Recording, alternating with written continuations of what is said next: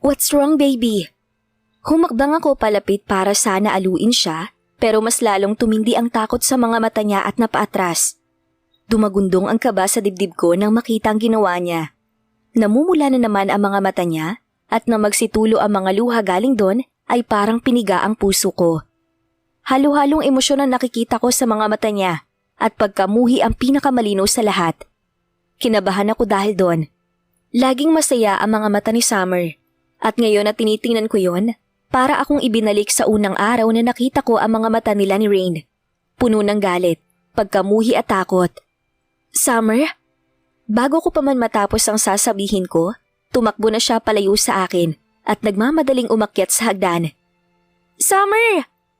Sigaw ni Rain sa kapatid. Anong nangyari, Rain? Nalulumo kong tanong at binalingan si Rain na ngayon ay naiwan sa akin. Tiningnan niya rin ako at umiling. Sa mga mata niya ay nakikita kong nalilito rin siya. I don't know, Mami. Naglakad din siya para sundan ng kakambal, dahilan para maiwan ako habang nakatingin sa pag-alis ni Rain. Humarap ako sa malaking bulwagan at tumungo sa garahe kung nasaan si Carlo na siyang nagsundo sa mga bata. Nang makita ni Carlo ang paglapit ko, agad siyang umayos ng tayo at hinintay akong tumigil sa tapat niya. Anong nangyari kay Summer, Carlo? Bakit ganun yun? Bakit namumugtong mga mata at umiiyak? Anong nangyari? Mukhang inaasahan na niya ang tanong ko. May pag-aalala rin sa mukha niya pero may takot din yon. Marahil natatakot na mapagalitan ko. Hindi ko rin po alam eh. Umiiyak kanina si Summer pero walang sinasabi. Aniya sa seryosong ngunit kinakabahan na boses. Natigilan ako at saglit na nag-isip. Hindi kaya nabuli? Ngunit hindi. Malinaw kong nakita ang galit at pagkamuhi sa mga mata niya para sa akin. Dahil wala din naman ako makuhang sagot mula kay Carlo, pumasok ako sa bahay at dire-diretso ang lakad papaakyat sa kwarto nila. Hanggang ngayon, nag-aalala pa rin ako kung bakit ganoon si Summer. Kailangan makausap ko sila. Nang pihitin ko ang seradora ng kwarto nila, hindi iyon mabuksan. Mas lalo patuloy akong kinabahan. Hindi nila nilalak ang kwarto nila kapag ganitong mga oras o kahit kapag gabi. Ngayon lang. Summer? Rain? Tawag ko at sinundan pa ng 3 katok. Summer, baby? Pero walang sumasagot. Alam kong nasa loob sila at naririnig nila ang bawat katok at pagtawag ko sa kanila. Nang mapagod ako sa ginagawa, tumigil ako at napabuntong hininga. Kung hihingi ako ng susi kay Manang Olga para buksan ang kwarto nila, baka mas magalit sa akin si Summer. Hindi ako sanay. Mas malambing at mas masayahin si Summer kumpara kay Rain. Pero ngayon parang ang laki ng pinagkaiba. Pinagbigyan ko sila kahit hindi ako mapakali kakaisip kung anong nangyari. Pwede niya naman ako kausapin. Pwede niyang sabihin sa akin ang problema, pero nang utusan ko si Saling na pababain na sila, hindi nila ginawa. Ipinapadala lang sa kwarto nila ang pagkain. Hindi, pababain mo sila, Saling. Giit ko. Tumango si Saling at bumalik sa taas. Matagal bago sila bumaba. Nakapagbihis na silang dalawa, nakahain na ang lahat sa mesa kaya dumiretso silang dalawa sa kaliwa. Katapat ko si Rain at sa tabi niya ay si Summer na nakatungo. Si Clint lagi sa kabisera kaya ngayon na wala siya, wala roon nakaupo. Tahimik kaming kumain. Hindi ako sanay sa matinding katahimikan na namamayani. Halos mabaliw ako kakaisip sa kung ano ang nangyayari dahil hindi pa rin nagsasalita si Summer. Namumugto ang mga mata at hindi malang ako tinatapunan ng tingin. How's school? Pinasaya ko pa ang boses. Umaasang titingin sa akin si Summer at magkukwento. Kagaya ng lagi niyang ginagawa. Pero wala ni isa man sa kanila ang sumagot. Mas natipina pa ang katahimikan nang magtanong ulit ako, pero wala na naman sumagot. Sinusulyapan ako ni Rain, pero hindi rin iyon nagtatagal. Si Summer naman ay tahimik at hindi nag-aangat ng tingin. Mas lalo ako nag-aalala. Summer! I softly called her. Natigilan siya. Akala ko titingnan na niya ako, pero binitiwan niya lang ang kubyertos at bumaba. Nagmamadaling umalis. Tumayo ako at balak siyang tawagin pero hindi ko na yun nagawa nang pati si Rain ay bumaba at iniwan ng pagkain para lang sundan ng kakambal. Durog na durog ang puso ko dahil sa inaakto nila. Maging sila na'y Conchita at Saling na nakatunghay sa amin ay naguguluhan at nag-aalala. Mas naging determinado akong kausapin sila ngayon. Hindi ko maatim na ganito sila. Sumunod rin ako papaakyat at nagtungo sa kwarto nila pero kagaya kanina, nakalak iyon. Sinubukan kong pihitin pero hindi mabuksan. Summer? Rain? Puno ng pag-aalala ang puso ko at alam kong maririnig iyon nila sa boses ko. Baby, buksan niyo muna. Halos nagmamakaawa na ako.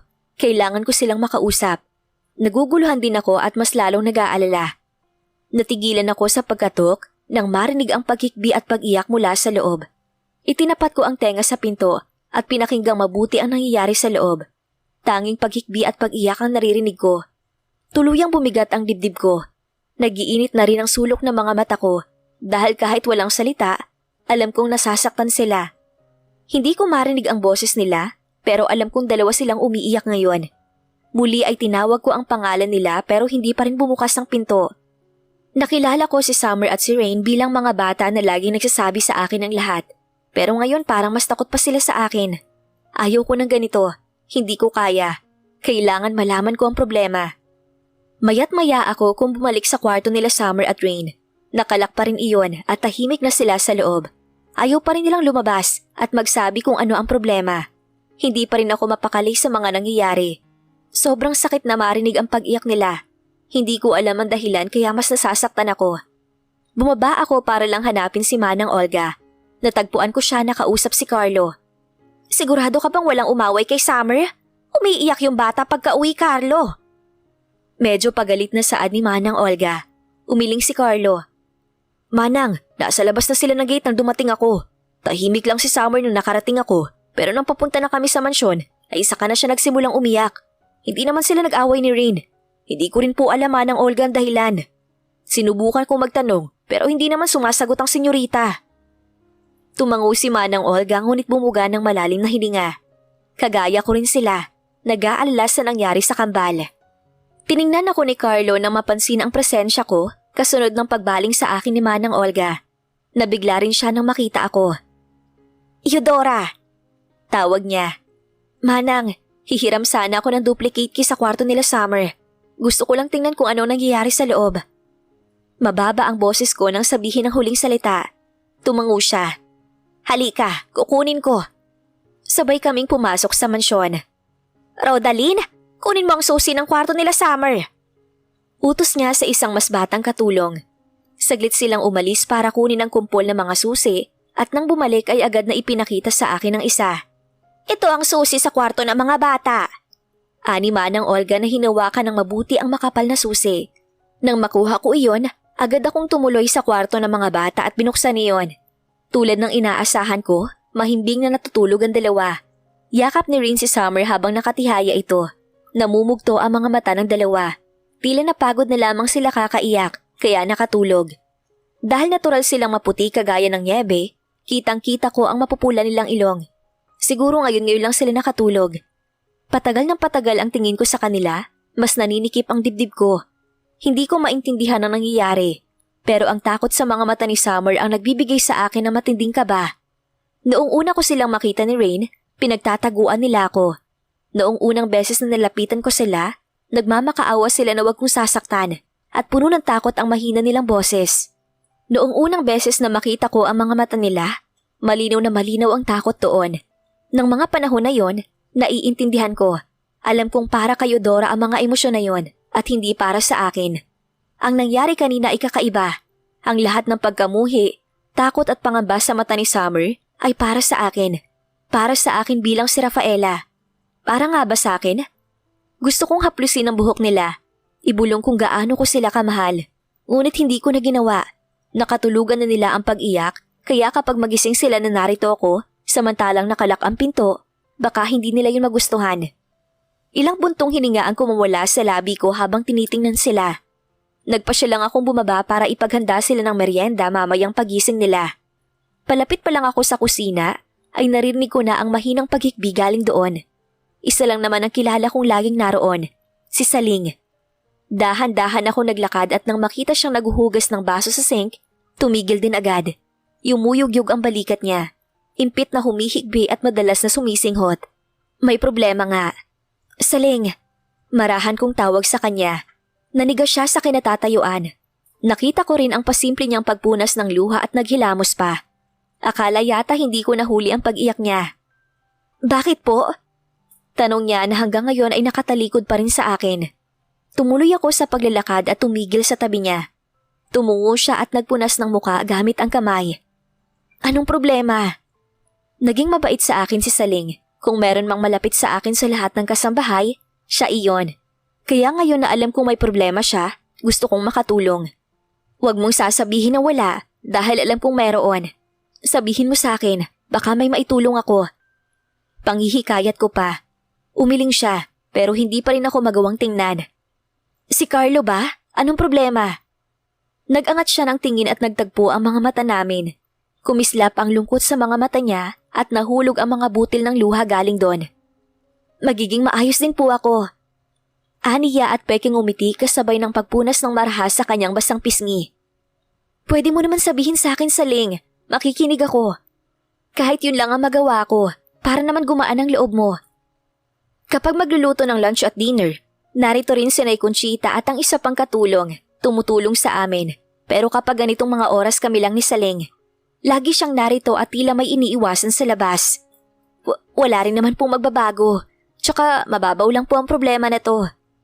Sinubukan niyang umiti ngunit pilit na pilit. Mababaw? Bakit iniiyakan mo?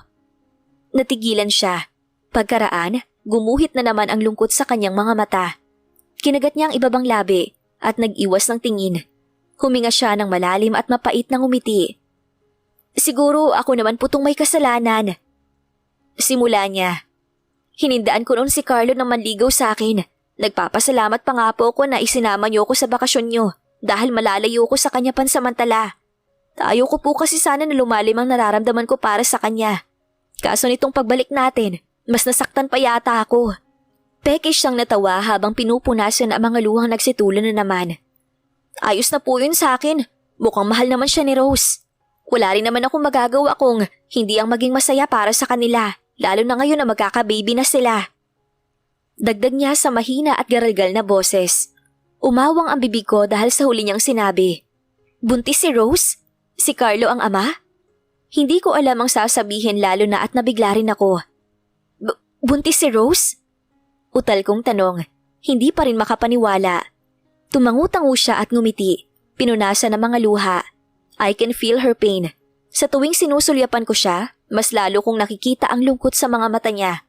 Minsan naiisip ko, kakayanin ko kaya na makita si Clint na kasama ang ibang babae? Siyempre makakaya ko, pero mamamatay naman ako sa sakit. Siguro ang nararamdaman ni Saling ganoon din ngayon. Pinipili niyang tanggapin kahit masakit. Alam kong may dahilan siya para tanggihan si Carlo. Gayong gusto niya rin ito at nililigawan pa siya. Mahirap yan para sa kanya, lalo na ngayon na iisang bubong lang sila ni Rose. Tahimik kami habang ginagawa ng merienda ang mga bata. Hindi ko pa rin alam ang sasabihin sa kanya. Siguro kung pera ang problema, baka may maitulong ako. Gayong hindi naman magagalit si Clint kung magbibigay ako ng konting tulong.